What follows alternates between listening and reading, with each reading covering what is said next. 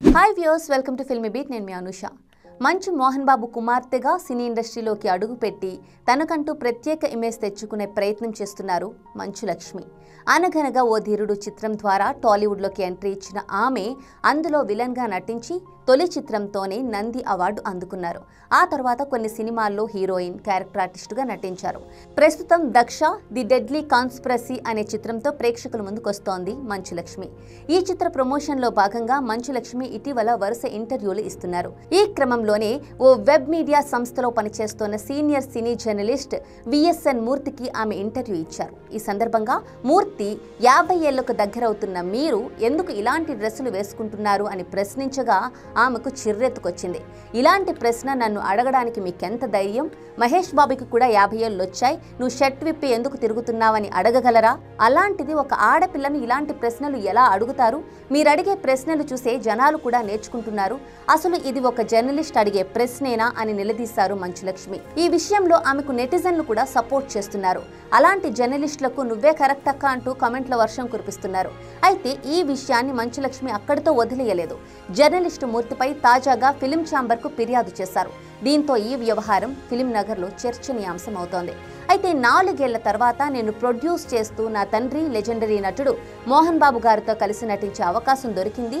దాని ప్రమోషన్లలో భాగంగా senior journalist మూర్తిపై గౌరవంతో మొదటి ఇంటర్వ్యూ ఆయనకే ఇచ్చాను. కానీ అది ఇంటర్వ్యూ కాదు, నాపై దాడి.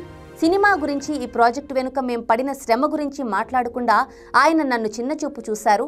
నా వయస్సు, శరీరం, దుస్తులు అంటూ కించపరిచేలా వ్యవహరించారు. ఆయన ప్రశ్నలు నా పని గురించి తెలుసుకోవాలనే ఉద్దేశ్యంతో కాదు, అవి కేవలం నన్ను రెచ్చగొట్టడానికి, అవమానించడానికి మాత్రమే. నాకు జర్నలిజం మీద గౌరవం ఉంది. నిజాన్ని బయటపెట్టే వృత్తి అది. సరైన నిబద్ధతతో చేస్తే అది ప్రజలకు సమాచారం అందించగలదు. అందుకే ఒక జర్నలిస్ట్ ఈ బాధ్యతను దుర్వినియోగం చేస్తే బాధ కలుగుతోంది. ఇది జర్నలిజం కాదు, ఇది విమర్శ కూడా కాదు. ఇది కేవలం వైరల్ కావాలి అనే ఉద్దేశ్యంతో మరో వ్యక్తి గౌరవాన్ని దెబ్బతీయడం అంటూ మంచులక్ష్మి ఫిర్యాదు చేశారు. ఇక ఈ విషయాన్ని ఆయనే ఒప్పుకున్నారని కూడా మంచులక్ష్మి తెలిపారు.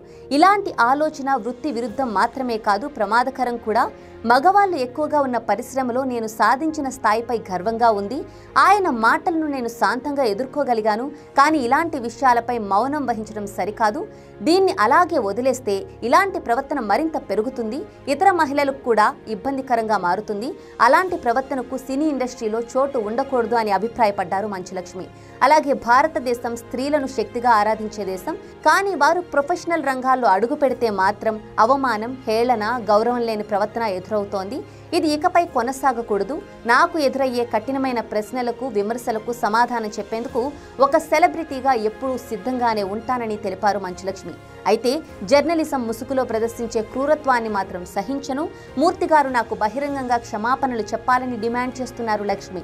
ఇకపై మరో మహిళను ఇలాంటి ప్రశ్నలతో వేధించకుండా ఉండేలా ఆయనపై కఠిన చర్యలు తీసుకోవాలని ఫిలిం ఛాంబర్ని కోరుతున్నానంటూ మంచులక్ష్మి తన ఫిర్యాదులో పేర్కొన్నారు.